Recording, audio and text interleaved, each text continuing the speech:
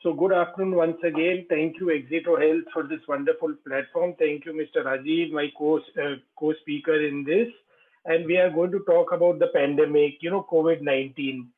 So I think I will begin, and I would like to talk about how actually, COVID, COVID has impacted the healthcare system. And is there something we can learn about it? Now it is, I'll put my, since we have such a less time, I just got to put my timer on so we keep in time. Now, COVID is such a huge and widespread topic that we can write books upon it. And, here we have 5 minutes or 3 to 4 minutes to talk about the effects of COVID, how it has impacted, healthcare. And I would like to say impacted is a very mild word. When we have floods, there is an impact. When we have a small disaster, there's an impact. This is a pandemic. I won't use the word impact. I'll say devastate. COVID has devastated economies. It has devastated countries. It has devastated lives. Such has been the effect of COVID. And if you look at it in the other way, it is nothing but a mirror image of how prepared healthcare systems across the world are. And what is a mirror image?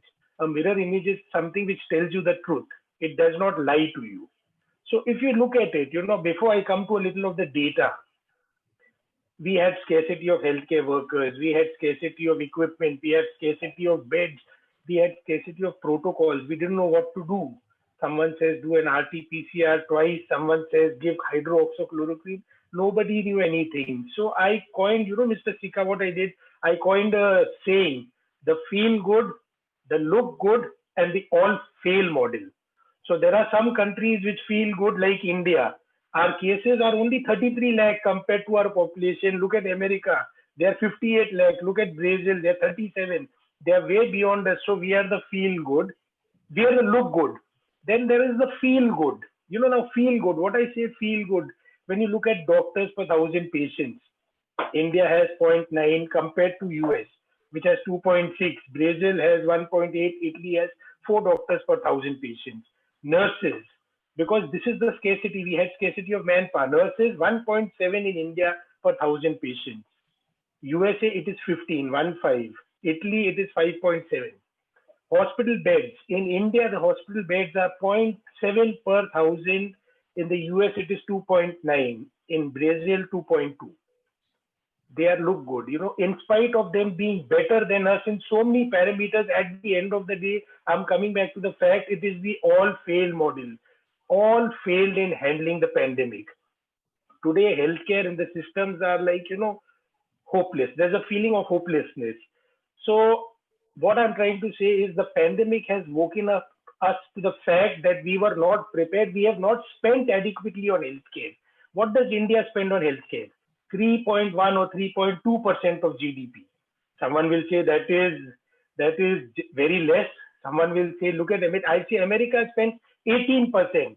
Then, Mr. Sika, you must be having a question in your mind. They spend 18%, but they are in the same boat like us. They are, all fail model. So America 11, 18%, Brazil 8.3%. When you look at it per capita wise, India we spend per capita per person 26 US dollars, 26. In the US it is 12,000. In Brazil it is 1,300. So what I'm trying to say is countries which spend more than us are in problems. Countries like us are in problems. So we really don't know what to do. But the pandemic has taught us one thing, that we were not prepared. And it's not we are not prepared for COVID and we are prepared for everything else. We are not prepared to handle healthcare emergencies on this scale. And what do we do? So I can just look at it and say I think we need to look at increasing our healthcare spend. 3.2% and 18%, these are just figures. But at the end of the day, it should work on the ground. Just zero point 0.7 hospital beds per thousand patients. The national policy recommends 0.55. It recommends 0.55 government beds per thousand patients. A state like Maharashtra does not meet that requirement. Maharashtra had 40% of the COVID patients in the beginning. We still don't meet that requirement. So one thing that the opportunity to reshape is we need to increase our spend, I think, on healthcare, infrastructure. The second important thing, today I'm saying we are short of doctors, we are short of staff. When I travel the world around, the most famous, the most successful doctors, Mr. Sika, they are Indians. The nurses all around the world, whether you go to the Middle East or you go to Asia, they are all Indians. So we have the talent, we are educating the people, and then there is the brain drain. So we have to look at how to prevent the brain drain, how to prevent talent from moving across out of this country. So, in short, I think this pandemic has, opened our eyes. It is a hopeless situation, but it's not so hopeless. We are all alive. We are kicking. We are talking. We are having webinars, which means, yes, there is hope.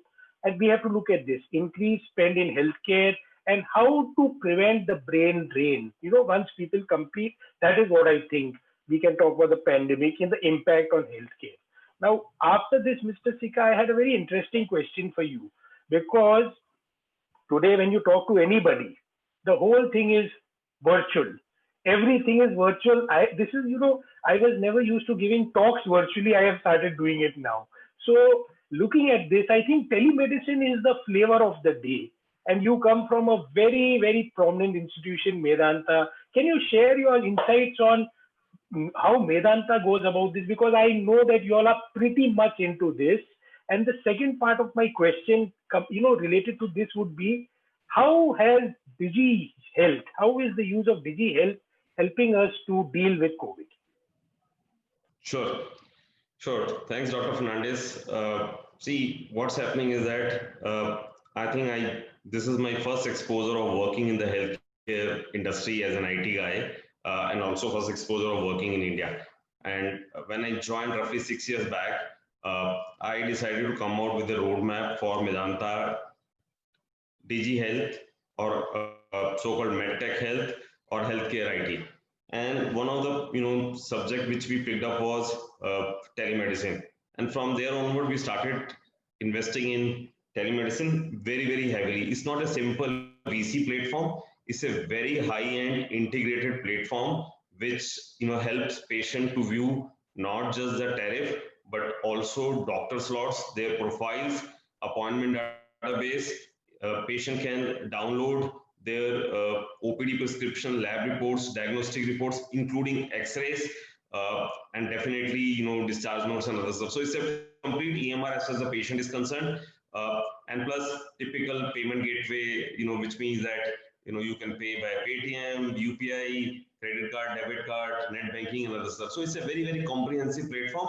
And major stuff was that for doctors, irrespective of whether they are doing a consult on telemedicine away from hospital, or they're running an OPD outreach program, or they are in their OPD chamber in the premises, they don't have to worry about where is my last clinical OPD prescription. They can get each and everything from the same platform. So it's a fully integrated platform. So this is one part, and we have invested it in heavily in last 3 years, and this investment has started giving the fruits right now. Our telemedicine consults have gone almost 900% from pre-COVID era to COVID era. It's a huge jump. So this is so experience and journey was great. In last couple of months, doctors have also started giving a lot of valuable inputs into the platform. So platform is refining. One, couple of very interesting findings which we got when we were doing some analysis on this telemedicine platform, because we were presenting it to the higher authorities within the government.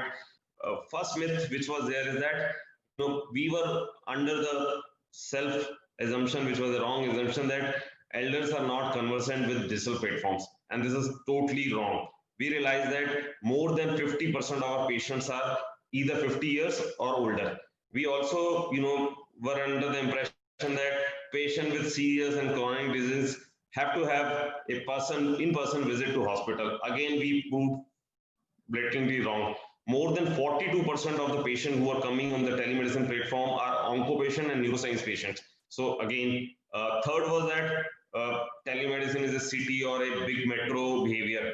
Again, in Medanta, 40% of the patients are coming from UP and Bihar, which presumably known not to be a tech-savvy states.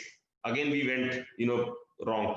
Last and most important stuff was that only existing patients who are kind of a captive to a hospital will come for a telemedicine platform, because they have to reach to their respective doctors for various advices and treatment.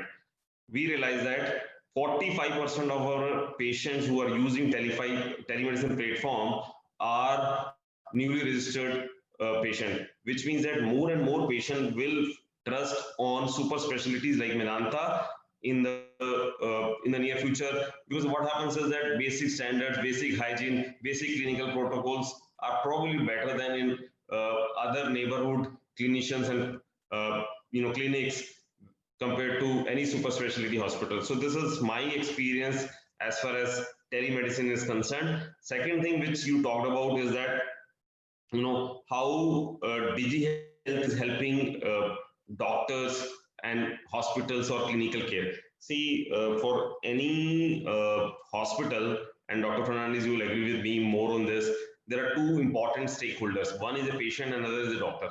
And Medanta realized that here we say that scrub rules the suits. So that's why probably I'm in some scrubs and you're in the suits.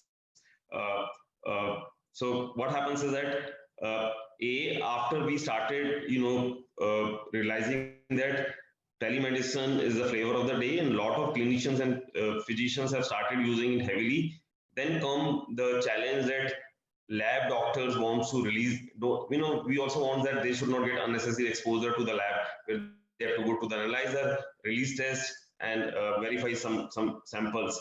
So we started giving them work from home option and giving them the direct access to analyzer by VPN and some other mechanism. And lot of senior lab doctors started working almost 24/7 from home, releasing results away from hospital. So this was again a major relief for us to have unnecessary exposures of lab doctors. Then came radiologists who review PACS scans.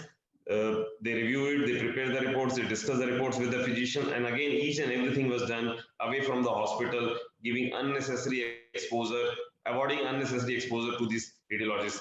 Third thing which we did is that we have technicians. These technicians are the guys who manages the MRI, CTs, and we have given them an assistance by which they can manage some of these machines remotely, especially both the CTs and MRIs now are getting managed remotely, which means that again these technicians who are like super specialist guy don't have to come to the to the room getting unnecessary exposure. So that way what we have started doing is that we are running almost like a remote hospital where super senior specialists are working away from the home, and only when it is desired and to have minimum exposures because of this COVID. So that's, I think strongly that some of these would have not been possible unless the IT and the healthcare team would have worked in close conjunction with each other to manage the show. So that's my experience of working on this as far as the DigiHealth is concerned, sir. Now, Dr. Fernandez, I have a cross question for you. So you have a very vast experience, not just in the clinical part, but also on the administration part of managing large hospitals, not in just one single site hospitals, but the other larger sites which are maybe in the vicinity, but within your own management. Now, you mentioned about pandemic, you mentioned about macro level protocol parameters where nurses, doctors, ratios, or the infrastructure in terms of bed and other stuff, we are at severe shortage as far as the country at a macro level is concerned. But having said so, what are the learnings or experiences which we have, and we have not done bad, we have done fairly well, knowing the constraints we have in the country, we have done fairly well in managing this pandemic. So what, according to you, is there any application of this learning and experiences which we can apply at a later stage once this pandemic is over in managing the healthcare in the country? What's your view as a clinician, as an administrator, and as a guy who has managed corporate hospitals of larger strength across? I'll flip your question. Because, I'll tell you, I would like to very clearly say we have not learned anything yet. Nobody has, because otherwise this pandemic would have been over. You have every day one webinar on the COVID or two webinars on COVID. If people had got their PhDs in COVID, this would have been gone long time ago. I would like to tell you, I have seen challenges, and out of the challenges come the learnings. So when you talk about challenges, now every institution has already faced those early challenges like the lockdown. How do you come to the hospital? PPE, is it available? Is the quality good? How to create you created dedicated areas. Your people did not come to the hospital, still not required. So these are very ongoing early challenges which people face. And one challenge is changing protocols every day. Today you're testing, tomorrow you're not testing. You cannot learn from this. COVID is evolving. But what I learned, the three biggest challenges which I have still not learned, which we are still in the process of learning. First, Mr. Sikka, mindset. People are scared. When I say people, the staff are scared. How do you get employees into the hospital? So the learning is next time we have to have a staff which is more motivated. Today, COVID is so predominant in their mind that staff is afraid to come to the hospital. And the doctors, the consultants, they are at the top of the list, when it talks about you, who doesn't want to come. And the few staff who could come to the hospital, our society and our local authorities, we scare them, because the moment they test positive, we quarantine them, we seal their apartment. The society tells them you cannot come back. So the first challenge that is ongoing, and we have to look at how we, face it, mindset of people. Why are people scared? COVID is not a stigma, it's just a disease like common cold. The second other challenge, which, a lot of organizations are struggling today, is how to get back non-COVID work. Mr. Sikka, do you have a lot of non-COVID patients coming? Did you have them coming in April, May, and June? The answer will be no. Yeah. Now, do you want to tell me that suddenly cardiac MIs and strokes and every sort of illness disappeared from the face of the earth? No. So then what does it mean? It means people were not seeking help.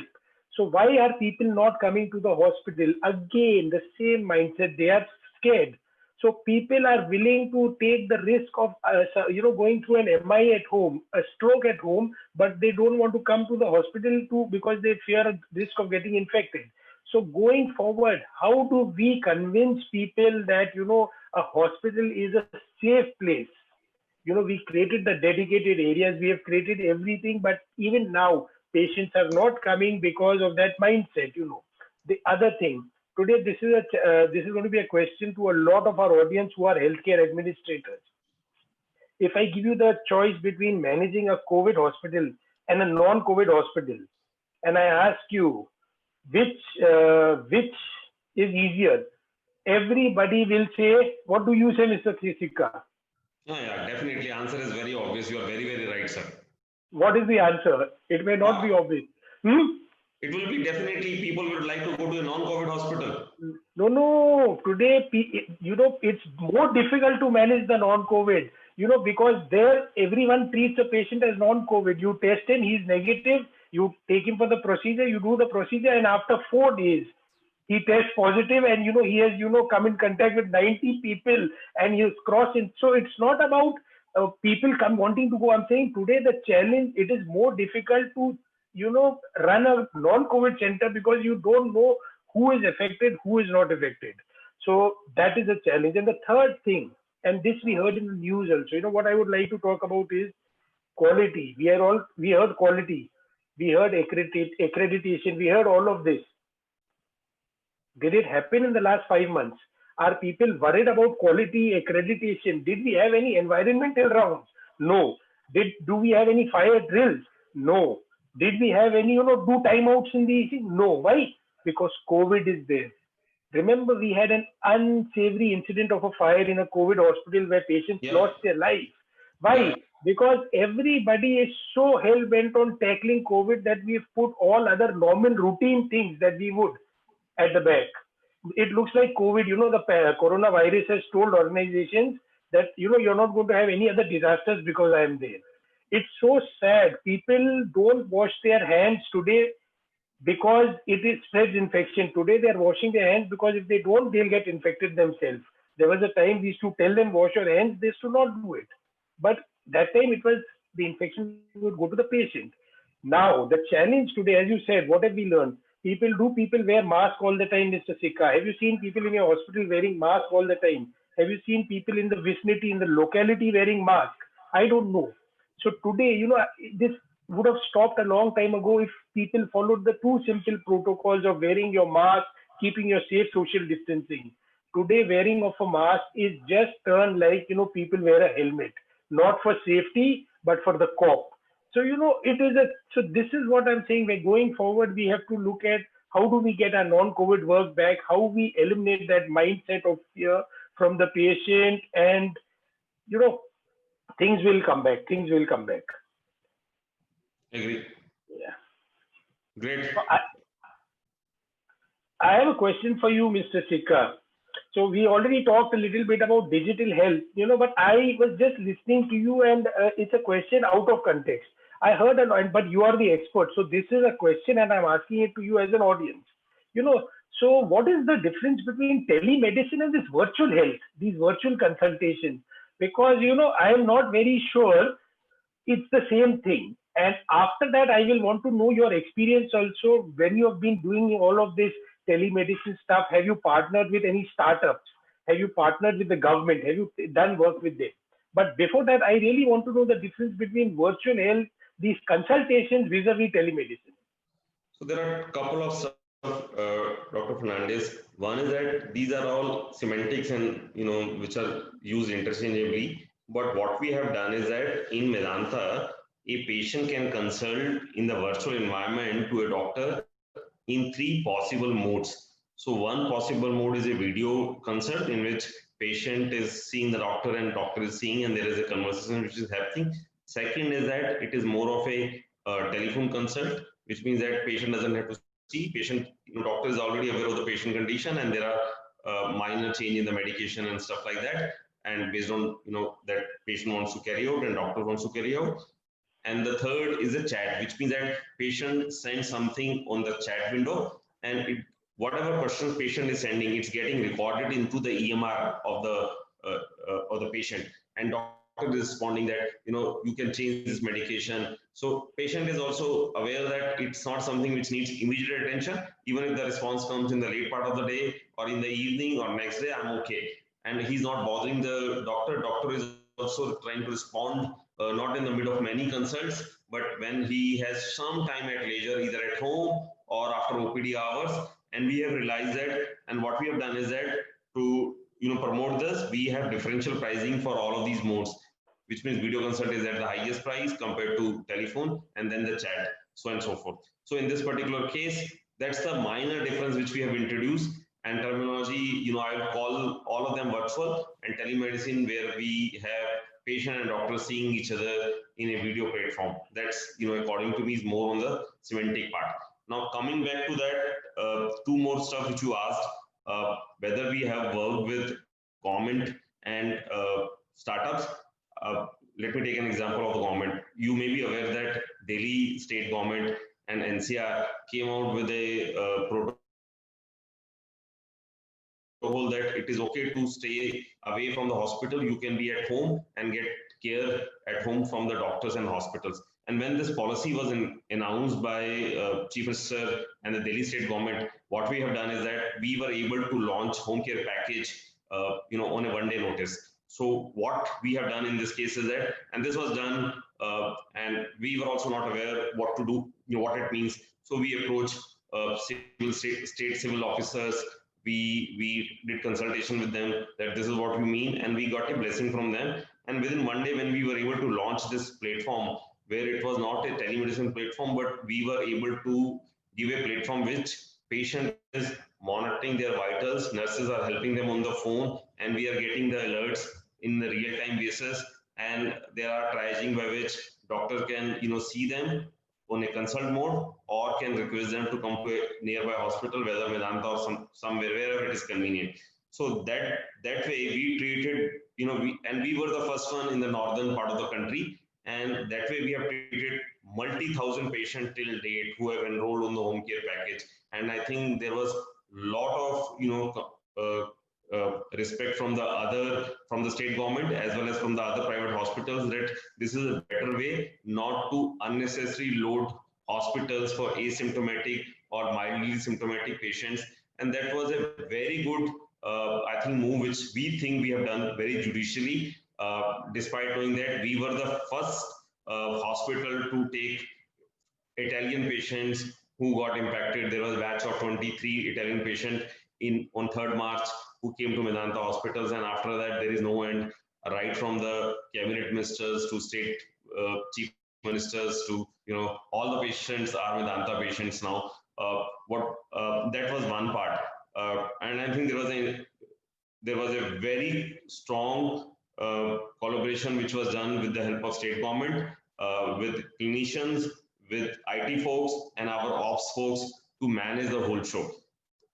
I think the last part of the question which you asked is that have you ever worked with startups? And we have a very strong experience of working with startups in last 4 or 5 years. Especially my background is purely IT. I'm a programmer. In this particular case, wherever time is an essence, we think that agility is very, very important, and startup gives that agility. That's the advantage of startup. So in this particular case, when the COVID came, what we did is that we started engaging some startup, and startup also started reaching us. So we did some experimentation and some launch of economical and effective diagnosis kit for antibody and antigen. This is already going in some trial phase. We have all the approvals in on record. And then what we came out with is a clinical grade smartphone for diagnosing of asymptomatic coronavirus patient. We have submitted a paper which is already published by WHO. It is there in the medical journals, and now same smartphone kit with some improvisation is now being used for post-intervention monitoring. It is a non-invasive technique for obtaining body organ system wide biomarkers, which are generally used for respiratory, nervous systems. I think functional body biochemistry, functional blood biochemistry, and that's it. So this is already in production in Medanta. Now we are using it in the OPD department. What we have planned is that if this is going to be successful, chronic disease management for OPD patients, which means that care away from the hospital, probably will see more and more bloodstream going into this particular function. So that's my experience of working with government and with startups. Okay. Thank you. That was very interesting. I liked your scrub rules the suit part, when you told me that. Okay, I think we have a question by Nitin, and it says we see this as we are not seeing so many people dying from heart attack and still surviving, but in normal days there were so many people going in for surgery. So do you think hospitals should be empathic towards patients before recommending such surgeries? Dear Nitin, what I will like to tell you is, I really don't think most hospitals would recommend a surgery that is not required. And surgeries are recommended based on evidence-based investigations and all. There may be a fish or two who are not good enough, but most hospitals wouldn't do such things. That brings us to your question, and that's exactly what I said in the beginning. We are not seeing many people dying from heart attack is not a complete statement, because it does not mean people are not dying. What we are saying is it is not documented. So, because there is no one to document all of this. People are scared of coming to the hospital, as I had said during, the question that was put to me on challenges. So there is a decrease in the stated mortalities from regular clinical conditions, but will we say that they are not happening? That is a big question mark. I don't think so. I think they are not just being documented. And I agree with you, Dr. Fernandez. What we are seeing, Nitin, in Medanta right now is that suddenly there was absolutely no patient which are coming for either cardiac or neuro cases. And now somehow either the fear has gone or people have realized that there is no way but to continue with life. And we have seen the surge in cardiac and neuro cases, and that's scary. Some of the cases which have been informed to me by general discussion is that people were holding on some of the symptoms which the body is giving you, but because of the sheer fear factor, they were not coming to the hospital. As Dr. Fernandez clearly said that, and very rightly said that, it was not that the MI was not happening; it was happening, but were getting ignored. And it is not just cardiac or neuro which erupts at any time. We have cases of onco where the regime of clinical pathway is already well defined, which means the next chemo has to happen on this day, which means that after chemo, 6 weeks of break and then or whatever number of days of break, then the radiation has to start. But people are not coming up, which has already caused unrepairable damage to the patient. So that's what it is. And I just like to add to that, Nitin, the only place where hospitals and I, as as a group medical director of a chain of hospitals, I can very clearly tell you the only place where we have told people not to go in for surgery is when people have tested COVID positive. We have told, because evidence, the studies have shown that if you operate on someone during COVID, the mortalities are higher.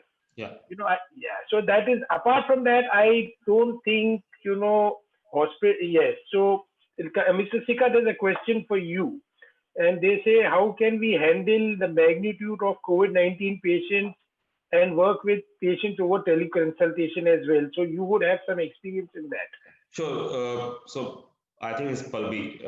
So as I was saying in my past conversation, see what's happening is that only by which both patient as well as clinicians have to have faith on the telemedicine platform. Earlier, even the regulations to large extents were not clear.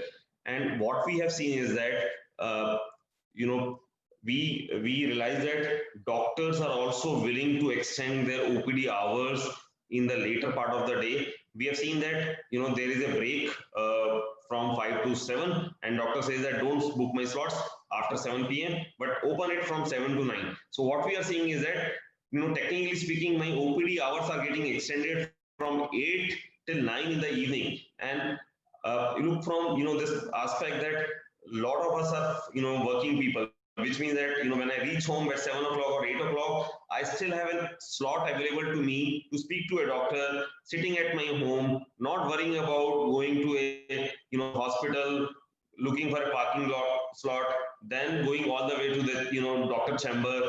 All that unnecessary logistics which are there in moving from home or office to a doctor chamber to large extent is getting covered. And we have seen that across specialties, telemedicine consults have gained some confidence, some trust, not just by the patient but also by the doctors. I'm saying in front of Dr. Fernandez, we had a major struggle in adoption by doctors in the pre-COVID era, and suddenly I've seen my telemedicine consults have gone by almost 9 times, not almost, over 9 times in last roughly 5 months or so. So that's what it is, Dr. Fernandez. Go ahead, please. I just like to end this because we are out of time, but I just like to end this with one challenge, which is I think a topic in itself for another webinar.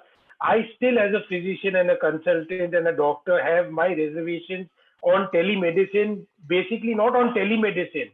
It is like when I examine a patient for the first time from his house, I want to know how do I palpate, how do I auscultate, especially when there is no setup at his house.